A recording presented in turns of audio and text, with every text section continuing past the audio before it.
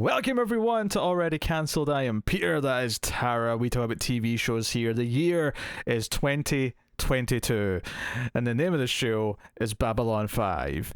This is season 4, episode 4. It's called Falling Towards Apotheosis. So full spoilers for the episode as always. And we have many things to discuss for this episode.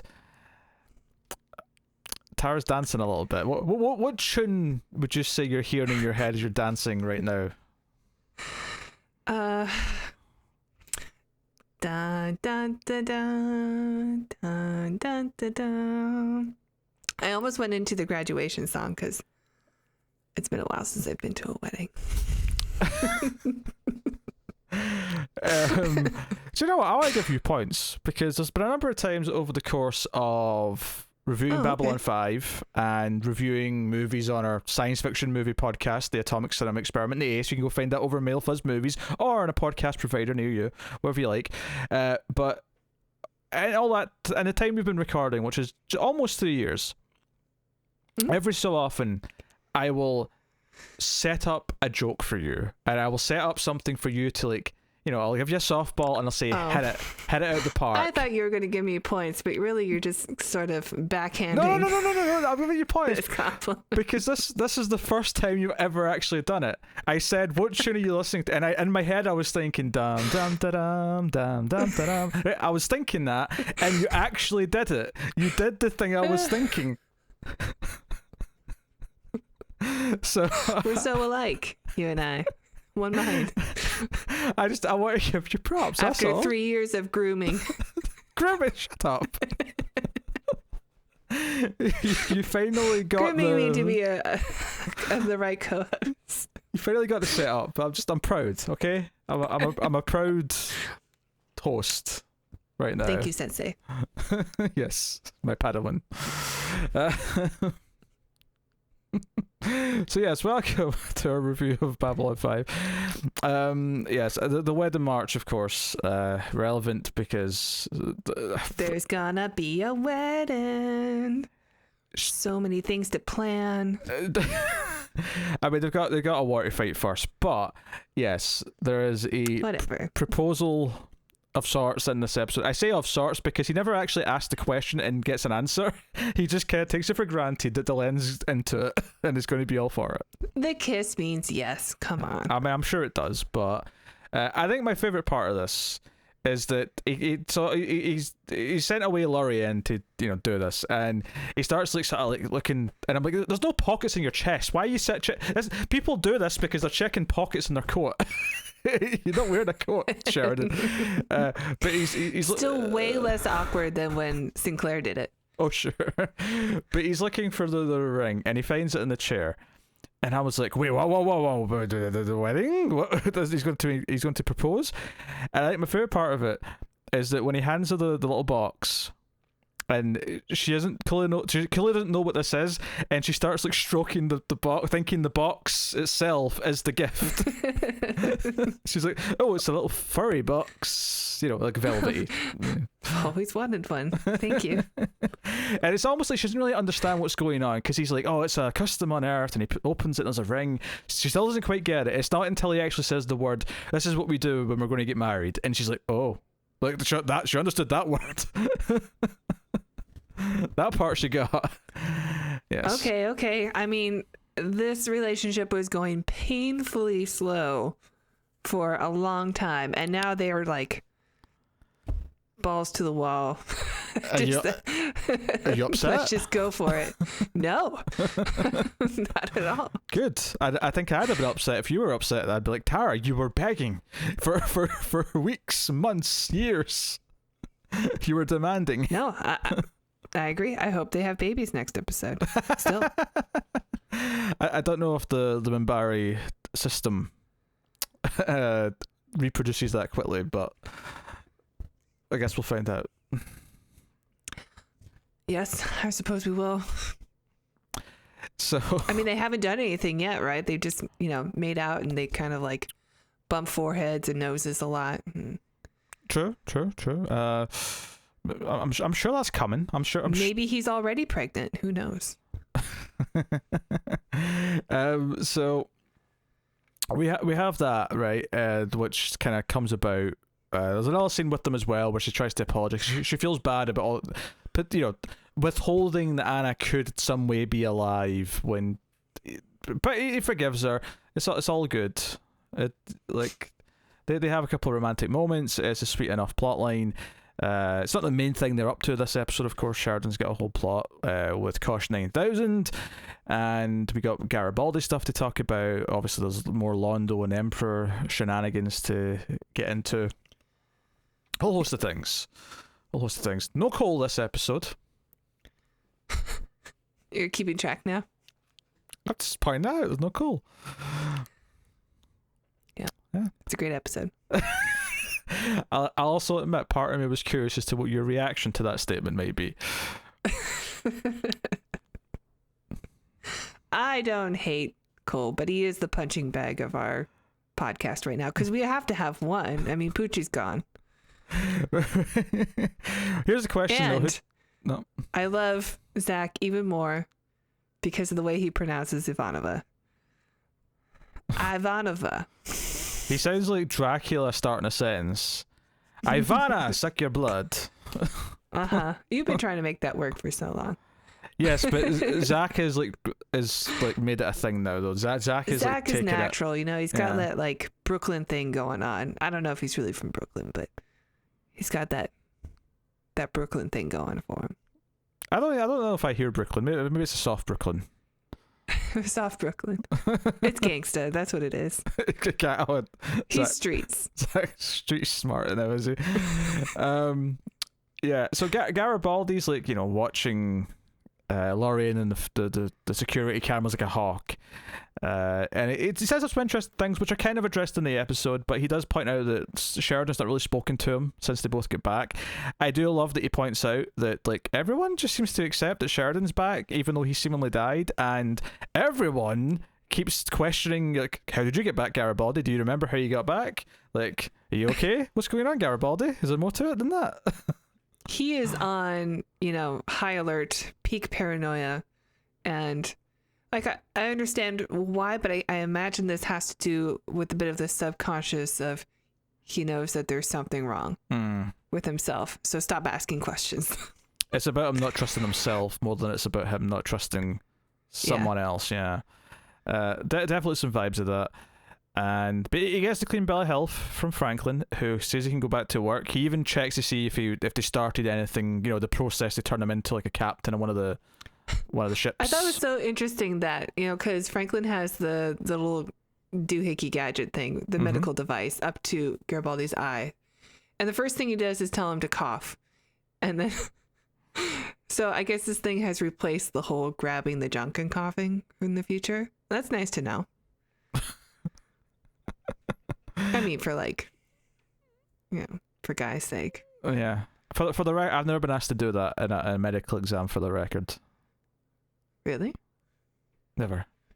Are doctors just lying? Do they not have to do that, and they're just all pervs? Doctors in America are just a bunch of perverts. I think that's what we're learning here. Isn't it to check prostate or something? I don't know. I don't know if I'm old enough to be checking for my prostate yet. What? Yeah, I know, but okay, it can't be prostate. Or certainly wasn't the last time I went to the doctor for an exam anyway. Check for hernias. You said that so I don't know what that was. I've never done this in my life. No one's asked me this. Can't just be an American thing. Maybe it's something. You guys haven't caught up yet, then. Maybe it's something they'll start asking when I get to my 40s or 50s. I don't know, but at least as of yet, there's been no requests for junk grasping and coughing.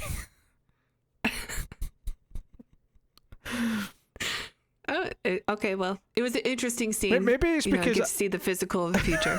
Maybe it's because Americans have to pay so much for healthcare that they'll just make sure you feel like you got your money's worth. Well, you grabbed my junk, so. So yes, but yeah, so it establishes that there's nothing he can find, but he does have a little moment when he has a little flashback to like gloves. So it's when Franklin's taking his gloves off. you get a little flashback of like someone removing their gloves. No. Like, yes, The probe. the probing. Yes, classic alien abduction nonsense. But yeah, I mean, obviously we've speculated as to what is going on with Garibaldi. I don't know if there's anything added to it directly, but these little moments, just keep it in your mind. Just keep it in your mind. That's still very much a possibility, and there's the stuff going on. People are noticing that he's different. But the thematic idea that he is concerned that Sheridan doesn't trust him, even though Sheridan does seemingly have a decent reason for not telling him a few things right now, as we learn in like a few scenes time, like it does kind of like the idea that he's worried people don't trust him because he's concerned that he can't trust him himself, you know. So that's there. That's neat. So we get some interesting stuff discussed though about what to do. So one of the things that's happening, and we see like footage of this, Ivanov is doing this like a report throughout the episode, like planets that have been destroyed by the Vorlons. There's other planets that are in the same system that are taking in refugees, but as the episode goes on, we hear some of them are now not responding, as if the Vorlons have probably wiped them out too. So there's more and more refugees coming to Babylon 5. They're swamped with ships, they're swamped with injured people, they're swamped with everyone. And there's some discussion as to what to do about this, and Franklin's like, hey, we got a whole planet like down there, can we use that? Can we start using that for people because we don't have enough room? And they seem like they're going to do it. Like I assume they have to talk to what's his face down on the planet to get Draal. Yeah, Draal, to get some permission because we know that the I imagine so, because before, if you get close to it, they'll just destroy you. They have defenses, so yeah, I'm sure Draal will let them use it. But so I thought that was an interesting little tidbit, is that we're going to be using the planet now as extra space, which is kind of neat. Yeah. And I always forget about the planet.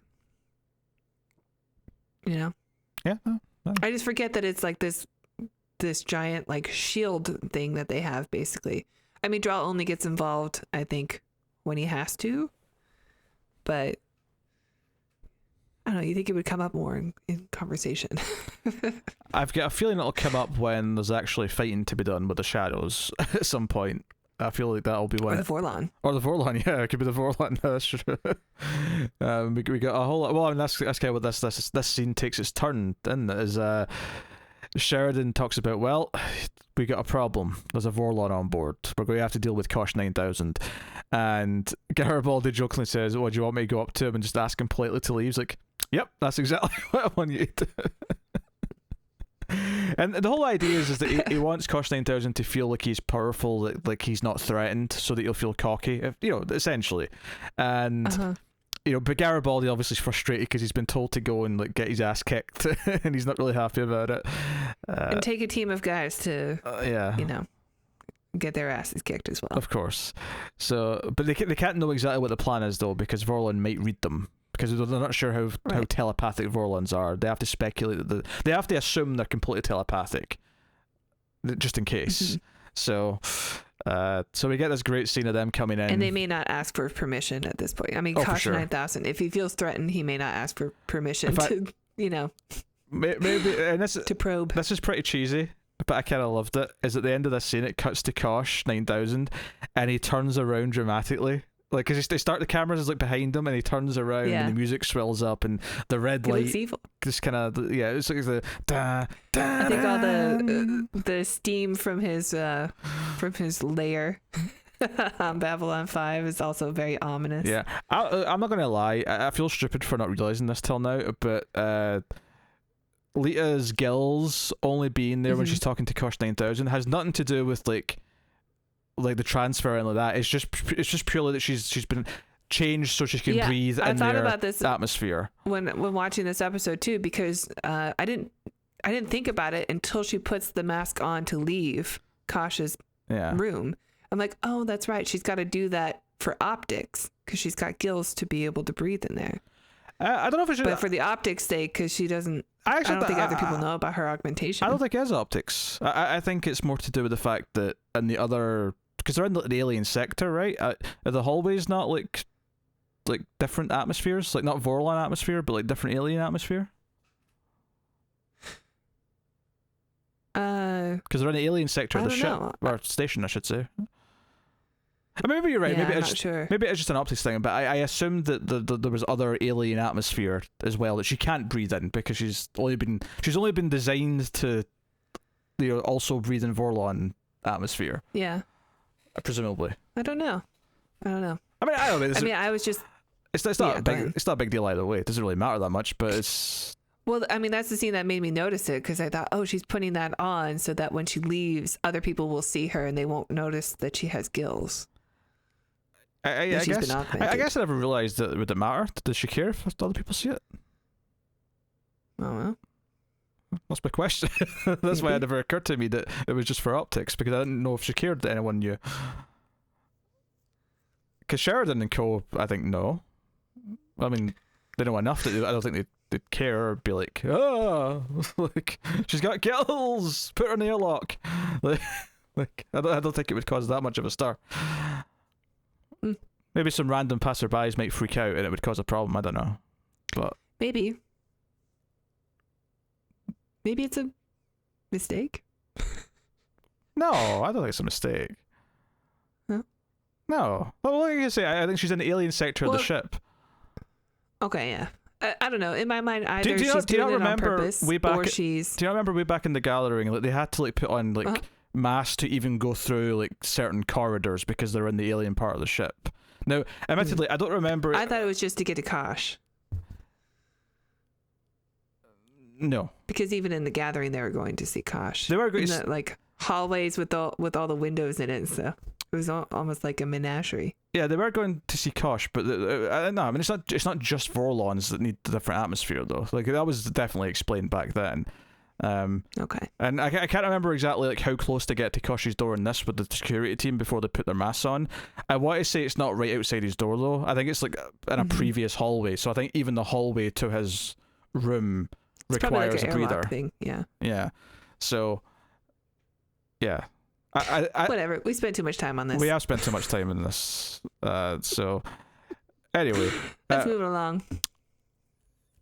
Yeah. So they go and see him. He basically kicks their ass with his laser eye and blasts them about. I like that they play him like he's the big boss battle of a video game or something. You know, his health bar is just so strong that everybody is shooting at him and stuff, and it's sort of doing something, but yeah, I particularly like Zach's mask gets cracked, but it's like a CG effect, and it's pretty bad. Like effort for trying, it is. But I don't know if they just didn't. Maybe they couldn't figure out how to crack the mask the way they wanted it to, like live action, or maybe they didn't want to damage a mask because they don't have the budget to replace them. They have to keep them all. Maybe. I don't know what the reason was, but it looked pretty goofy. So yeah, but it's a quick shot. It's not a big deal, but it stuck out. Just alien special effects. It stuck out. But so they've done their bit, and this leads to Lita coming to see Kosh 9000 with a bit of a story, saying that hey, like some of the original Kosh, like he's in someone on the station, like we can go. And the whole time it kind of feels like the actress is doing a good job of sounding like it's fake to us. It's like, okay, this sounds like she's putting on a story. And yeah, she can't hold it very long. She's not a good actress. She's a good actress. Like the real acting. This character is not a good actress. Yes. The real actress is doing fine, but if anything, she's doing more than fine because she's convincingly showing us that Lita's not a good actress, which is a layered performance in many ways. But so well done. She lures them out into the central area, and they've got a trap sprung, and luckily they're almost pretty much there when Kosh 9000 gets a bit suspicious and is like, wait a minute, open yourself to me now, open your mind to me. And he gets really, and then that's when Sheridan and security team jump out, and they've got like this electrical trap all set up for him, and it's I was getting some major Dr. Manhattan vibes. It's all going off, and Delenn ends up kind of like coming by to see what's going on, and I was like, no, Delenn, this is dangerous, go away. And sure enough, Sheridan like dives to make sure that Kosh 9000's attacked Delenn. Although what's funny is that ultimately, while yes, he does get hit by like the blast from Kosh 9000 when he goes to protect Delenn, it does seem like he was always intentionally going to let himself get hit at some point, because it's all because that's the plan is to release the Kosh, what's left of Kosh that's inside of him, to fight the spirit, if you will. And I say spirit only in the sense that we see that Vorlons are effectively spirits once they're out their suit. So the spirit of some sort Kosh, of energy thing. Yeah. The spirit of Kosh comes out of Sheridan and starts fighting the spirit of Kosh 9000, and we get a battle. I like that we see their true form in a sense. We're not seeing the projected image, which I think is what we can think back and retcon is like Kosh wanted people to see him in a certain light, but in this sense they're just like these dragony snake wormy things of energy that fly around. Yeah, I suspect that Kosh 9000 not putting on an image might just be down to the fact that he leaves his suit in distress because he's in great pain, rather than because he's choosing to come out and he's in control. And then Kosh in from Sheridan, at this point, what does he give a shit for? He's there to fight. Yeah. And they end up because the Vorlon ship actually tries to leave, presumably to go and get help. And hey, we're being attacked. The humans are acting up. We have to go do something. And when Kosh and Kosh 9000 spirits fight, they actually leave the station and go and blow up the ship. And it's well, I guess Kosh won that one because they seems to have dealt with their problem. Because the reason for all this, of course, is that if the Vorlons are also now the enemy, then having a Vorlon on the station who's reporting back and keeping an eye on us all is bad for our strategizing. It's bad for our own planning. We kind of have to deal with them, and sure enough, that's what happens. So, although keeping them on board Babylon 5, wouldn't that protect Babylon 5? Also, if they, I don't know if they can hold him hostage or whatever, but do you think a Vorlon would kill Kosh 9000 if he was on board? I mean, maybe they are capable of that. I'm not sure, but yeah, would they care? I don't know if they'd care. Yeah. I don't think we know enough about how the rest of these Vorlons think of each other to even do they value each other's life, or is it no, greater good, blow them all up? Yeah. Kosh 9000 knew the risks, so sucks to be him. Is that the attitude? I don't know, but yeah. So I mean, all this is pretty entertaining stuff. It's nice for the original Kosh, who was more sympathetic, to have this sort of almost last hurrah of helping before he gets to go. And that's him gone.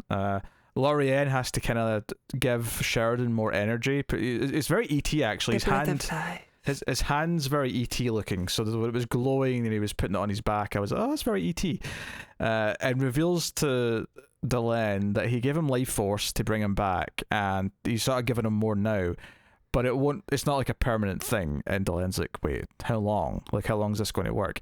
Honestly, it was much more than I thought it was going to be. But when it was about 20 years, that's not that bad. Yeah. That's I mean, that's some time. Perhaps another 2 seasons.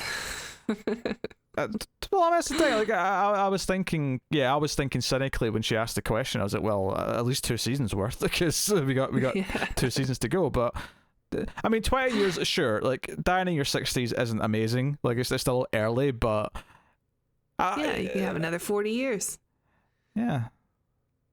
Well, he can't. He's 20 years. Well, I'm saying dying in your 60s would be, not great, because you could have another 40 years. Okay, I see what you're saying. Yeah. I mean, it's not that. But I'm obviously Delenn's quite upset by the idea. But Sheridan's no, it's 20 more years. That's a decent amount of time. It's not a terrible run, and I'm doing it.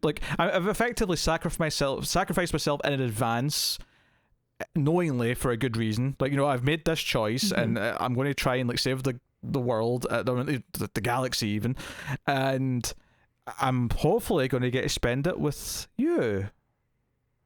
And of course she's upset because she's going to live longer than that, and she's going to have to watch him die. But that's neither here nor there.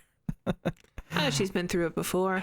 Yeah, I mean, I think some of this stuff, I kind of enjoyed them playing with the idea that it's actually just this really simple transfer of life, and it's it's the machine that Franklin has. Lorien even says as much. He says it's just science. It's just igniting life inside him. It's he breaks it down in a scientific way, But I love the idea that because the stories have spread of him coming back from the dead, that there are people in the population who are starting to look at him at the second coming. And I like that the opening scene definitely shows that. Yeah, and I like that Garibaldi even kind of like jokes about it and says, "Oh, people think he's the second coming all of a sudden."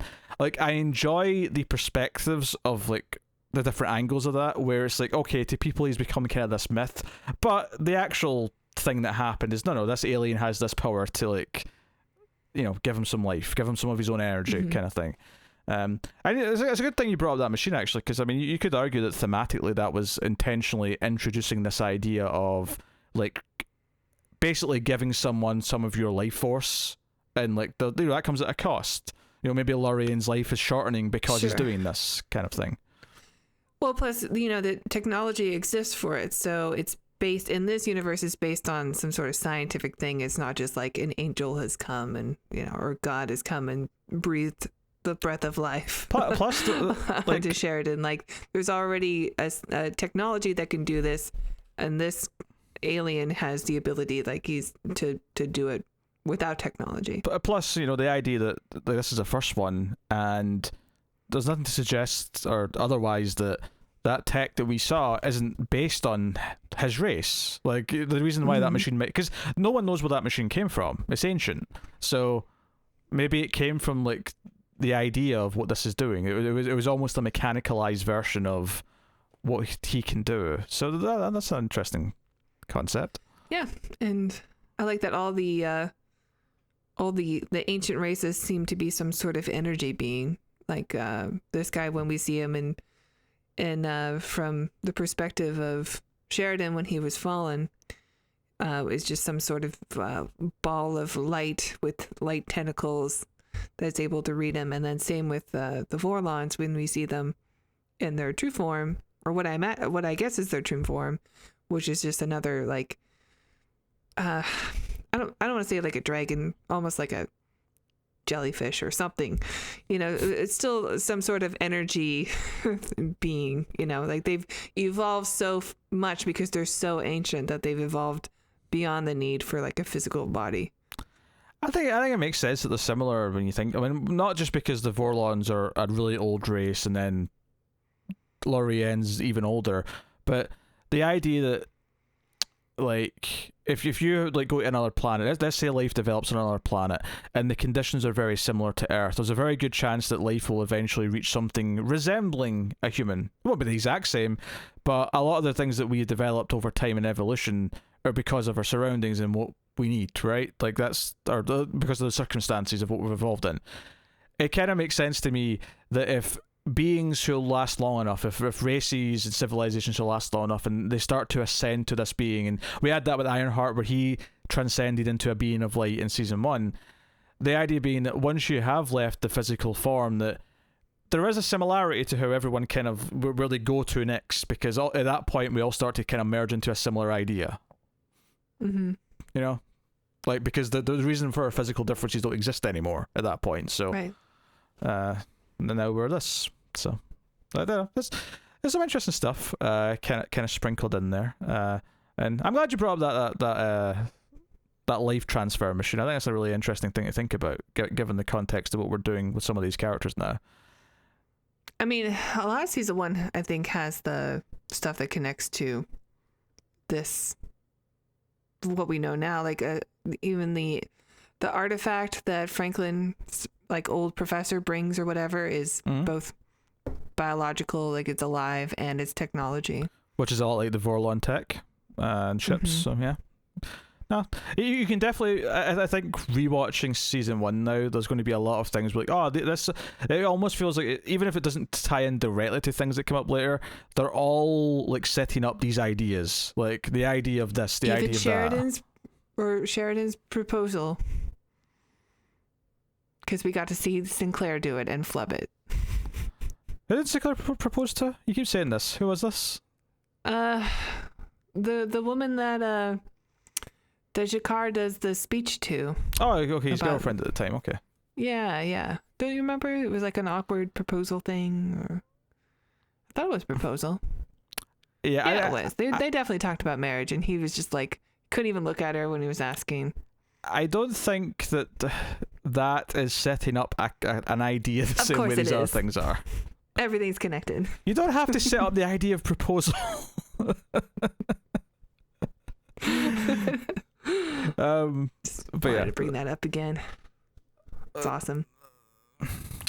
you're happy they're engaged. Yes, Yes. yes, I get it. Yes, we're all happy. We're all thrilled. The rest of the crew needs to talk about it more too. Like, But no, everyone just like accepts, like, oh yeah, they're in a relationship now. That's cool. Like, okay, where's the gossip? You know, they got important I things need to more be doing. more hot gossip on this station. There's Vorlons and shadows at war, and they're going to be annihilated. They got things to focus on. Yeah, but this is definitely the most important story. There's far more important things for them to be thinking about.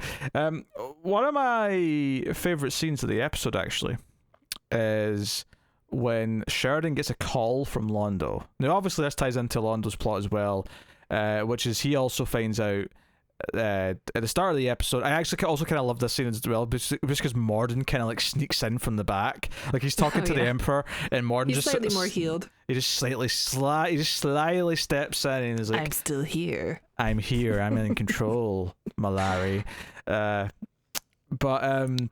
Yeah. So the Emperor, like, he knows that the Vorlons are killing planets, and that they possibly might be coming to Centauri Prime, even though Morden's not convinced that they're actually going to have the balls to go through with it, because Centauri Prime is a much bigger planet and more populated and yada yada yada.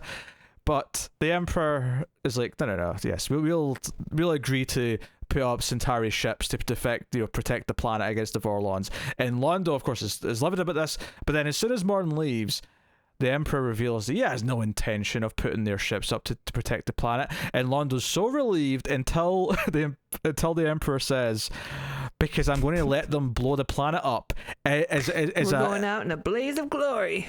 As a pyre to my ascension to godhood, I am going to let the planet be blown up and destroyed. And then takes Londo to his decapitation room where he's got all of his heads, and he's like, and this is, yes, they've been giving me advice, Londo, and Londo's just trying to like not throw up because there's like the smell of like decapitated heads like around the room. And he makes Londo sit right next to them. As if he's next. Yeah. As if he's next on the list. But yeah, so he has no intention of like stopping this. In fact, he's all for it. Although I have one question here, right? And this is this is not a fault of the show, because like this guy is a psychopath and completely like cuckoo. So this is not a fault with the show. I think from a more level-headed perception, and I think it's something maybe Londo might want to suggest to him, perhaps, is that, okay, the Shadows promised you godhood for hiding their ships on Centauri Prime, but when they find out you just let the Vorlons walk in and blow everything up, including their ships, are they going to keep their word and give you godhood? Is that really something they're going to do? Just a thought. I don't know. What is the arrangement? Like, you'll get it when you die, no matter when that is, or? I suspect they wanted their ships to be protected for longer than, a week?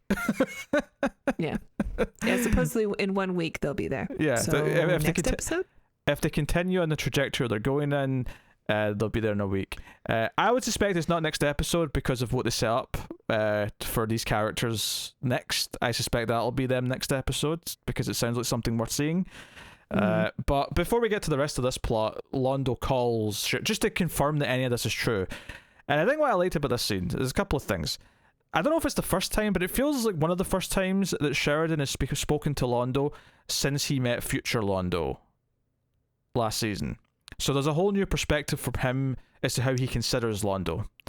That's true. Right? So I really like that. I like that. He's got a call from Londo, and he's like, Londo. And he corrects a little joke. He's like, it must be call collect. I know. I thought that was such a 90s joke.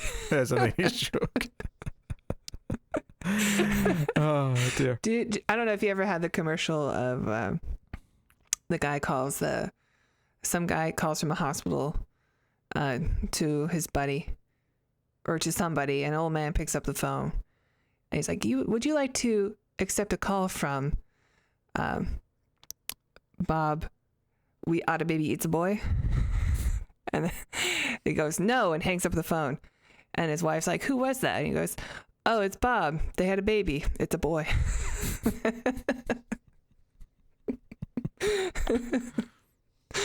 That was a classic commercial. I don't remember any adverts at all advertising that you could call collect. I mean, we didn't even call it Well, that. that's what everyone did, because it was like you make a collect call from a payphone and say, my first name is Tara, my last name is pick me up outside of Macy's. And then, parents will pick up the phone, not accept the collect call, and know that it's time to go get me. No, this was never advertised as far as I remember in the UK, and I only found out about it like when I was like 12. Like, it never came up until that point, and I only ever used it once. I am slightly older than you. Slightly, yes. Slightly. But I only ever used it once, and then like cell phones became so common that it stopped being much of an issue. But I'm sure it still works. I'm sure you can still do it. There's like no payphones now. Good luck finding one. There's the odd one. They do exist here or there. But there's the call boxes that are emergencies. I think they go straight to the police. Yes. That's it. But anyway, I was saying something. Yes. So Londo's like, I ask a favor, and then he proceeds to question about, the Vorlons really on their way to Centauri Prime, and they're laying, terror and destruction to everything. And Sheridan's like, yep, that's all happening. And how long are they going to be till they're here? It's like about 7 days. I think what I liked about this is that Sheridan probably might not, like, he's actually quite accepting of the call and then forthcoming with the information, probably in part because he knows it has a different perspective on Londo from meeting future Londo and knowing that Londo does care about his people. So the fact that this line of question even in itself is him being worried, and Londo even like says, and I assume you're doing something to maybe like stop them, and he's like, well, yeah, we're trying to think of something, but I mean, there's no guarantee it'll work, and but it's Hope you guys have a backup plan of evacuation. It's a very amicable like conversation, and right. It ends with Londo saying, I owe you a favor, and I was like, Londo is in fear also on the phone call. Oh, he's terrified. He can tell. Yeah, he's shit scared, and I think maybe that's even more to the point, is that he recognizes that from meeting Future, because Future Londo was scared too. Future Londo was like, please save my, putting on a brave face, yeah. Please save my world, like, please. So this, I think, here is just a very interesting dynamic to have between, because I mean, they've not been around each other because Londo's been off station, and Sheridan was busy like going to Zahadum, and then obviously they haven't exactly had the best relationship. No, they haven't. This is probably the most civil. Or any relationship. It's been very contentious. This is the most time. civil they've probably ever been with each other. So, it had this weird, in a good way, this weird feeling to it, because Sheridan's coming at it from a different angle now, and it was almost like I have to like sort of pay respect to what he's asking and think of what he's doing, because I know the situation he's going to end up in and how it's relevant to my future. And I just, and even just the idea that he has maybe a bit more respect for him because he knows how much Londo's going to care and like sacrifice for him one day. I think that's pretty good. So, and speaking to ties to that future, we find out how Zhakar loses that eye. Yep. And the sad part is that like, as soon as the Emperor said, I don't like how he's looking at me, I was like, oh god, this is the eye. He's going to take his eye. Because Londo says, get the melon scooper or the melon baller. That's it. The Emperor says, Londo, do you have any suggestions what I should do to stop him looking at me like that? And Londo says, I'm sure whatever your Majesty decides will be appropriate. And I'm like, no, Londo, give him like a good option that's less violent. Yeah. I mean, it was... I was thinking that too, but he was also like, I don't want to give the suggestion to hurt somebody that I don't want to be hurt. Yeah. Because my suggestion would have been like, put a sack over his head. That'd have been nicer. Yeah. Yeah. But one of those just a band over the eye. Yeah. But I mean, ultimately this comes about because Londo thinks up an idea. Where he goes to the Emperor and says, I've been thinking about your godhood, and of course I'm right there with you. And I actually really liked his performance in this scene, because because when you gotta be careful. When he's suggesting that people should know about who you are, because what's the point of being a god if no one who's alive remembers who you were? And I like that the Emperor suggests, oh, so you mean that you would like to leave Centauri Prime before we all die, and so you can spread, news of who I am. And I love that Londo's so smart to, refute that immediately, and so I laughs it off as if it's a joke. No, he says, I'm going to go with you. Yeah. Well, because none of this would be convincing if it looked like he was trying to just get himself out of danger. It wouldn't work. And I actually do think that Londo would sacrifice himself to save this planet.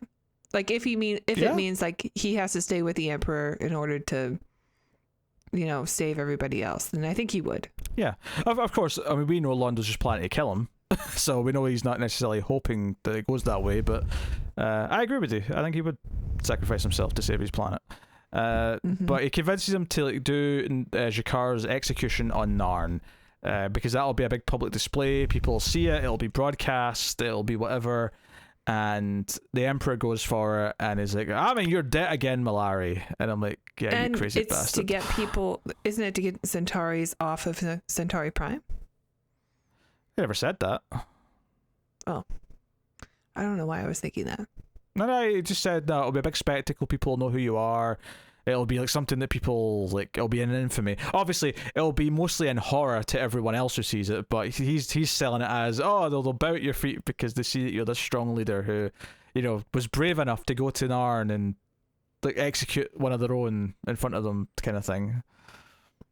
So yeah, so that's what they're prepping for at the end, when the Emperor decides to take his eye. Not personally. He gives the guard that job and then just leaves. Yeah. Because why would but he it do fades that in a way where you're just like, kind of straining, like, oh, it's happening right now. Oh yeah. I kept waiting for like a cry or something, but yeah, it does no the closed door. The door closes and we sit in the door for a couple of seconds before it fades to the credits. Mm-hmm. We can go back to this, but like there's one thing I want to bring up before I forget. Mm-hmm. And it's in the opening with Sheridan when he's walking through the hallway and that woman's like getting trampled or whatever. Like I guess maybe there's a big panic because the Vorlons are doing their thing, and so we watch a woman trying to find her husband, and then she falls in a crowd, and the crowd's like stepping over her and stuff, and we see like the crowd start to divide. And then we see a guy with the gas mask, the same one that in Garibaldi's cell, that shows up. Okay. You remember? I don't like you see him there standing like in the center of the screen. Like everybody has separated, but he's in the middle. And then the next shot is a woman being, helped up by Sheridan. I just thought that I didn't, the gas mask that we talked about for like 10 minutes and a couple of reviews ago. Wait, are you suggesting that's it. Are you suggesting it's this character? It might be. Was he wearing a Psycho uniform? I couldn't tell you. Because that maybe like I don't know what the Psycho uniforms. I don't remember what they look like specifically, other than gloves, and I don't remember seeing gloves. It was black. They have a badge. But anyway, I suspect it's just because it's a generic gas mask that's been used. I never even clocked. I mean, if you're right, then I'll give you so many points. But I never even noticed because it just was a generic gas mask. It wasn't like that's the thing. Like, if it was just generic, like, why would he be in the center of the screen? Like, maybe it's just this is an extra costume that we have, and lots of aliens wear this gas mask, so it's not a big deal. But like everybody else separates, and he's just there. I say he, but like, I don't know if it's he or not, but why do you think it's an alien gas mask specifically? Well, I guess I don't know, but like, if you're human, why would you be wearing that in the middle of the? Yeah, okay. Because in the middle of Babylon 5, I don't know, but the Psychor person, who I'm pretty sure is human because of Psychor, and that Garibaldi scene from the second episode. Like, they're wearing that gas mask in that scene because they've just released gas into the room to knock out Garibaldi. So I presume that he didn't want to walk in and just pass out. So that's why he's wearing a gas mask in that scene. Okay. Okay. It looked exactly like the one from Garibaldi. So It may be the same prop. I mean, moment. they're saving money. Like, they're like, okay, what props and match do we have lying around? Put someone in that. Okay. Look, if you're right, then fair enough. Like, I will, I will bow before you. But I didn't even notice I'm this. gonna pull it up when we're done, and I'll show you. Okay. No one stuck out to me that it felt like they were focusing on anyone, but maybe it's an Easter egg. Maybe it's supposed to be something you could find. I don't know. Maybe it's nothing. Maybe you're right. Maybe it's just like, we have a limited budget. Here's an alien-looking thing. Yeah. You, sir, wear this. You sure it's not the same gas mask as that new alien race that we saw in the meeting back in episode 1? When Delenn was talking to all the alien species, there was like a race that had like a gas mask looking thing on. Oh, maybe it is. But that's what you're thinking of. I don't know. I'll pull it up after and show you, and then we'll know for next episode and we can correct it. Yeah. I mean, I didn't really have anything to add on to the Zhakar eye scene anyway. Like, I was pretty much done. All to say that I felt this lump in my throat the second he started complaining about how he was looking at him. I was like, oh god, this is the eye. Yeah. We knew it was going to happen. Yeah. I mean, I think what's surprising me about this is that either way, this feels like their time on Centauri Prime with the crazy Emperor.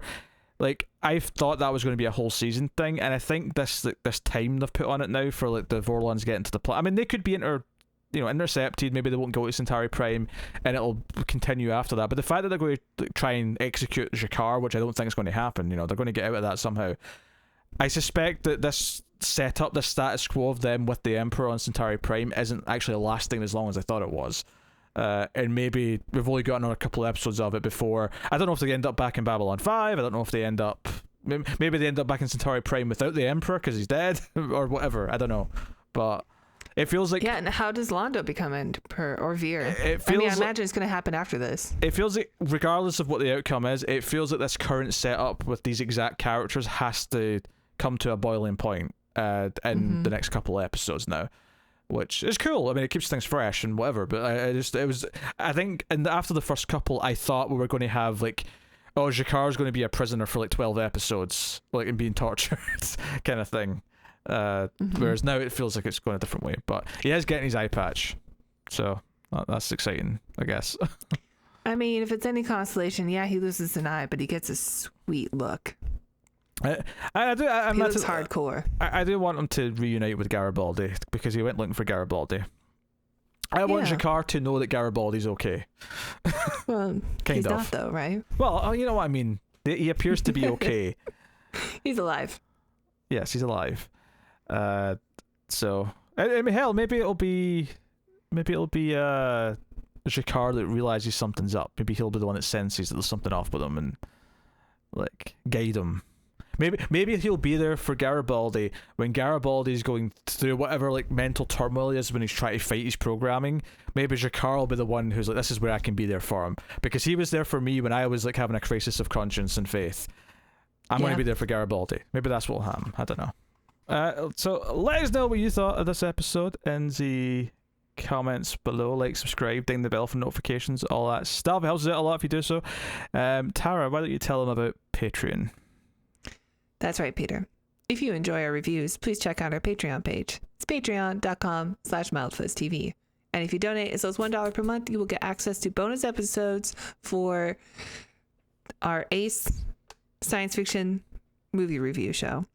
And Ace is the title of it. Are you sure? Are you sure about that? Are you sure that's the title? Just try and jazz things up a bit, that's all. Where we review movies such as Time Cop, 1995's Judge Dredd, The Transfer Saga, David Carradine specials like Future Zone and Future Force. These are the bonus episodes, and that's not what we typically review. No, for the bonus episodes. Yeah. Free Jack. What's the one we're recording tonight? The Guyver. Not MacGyver. The Guyver.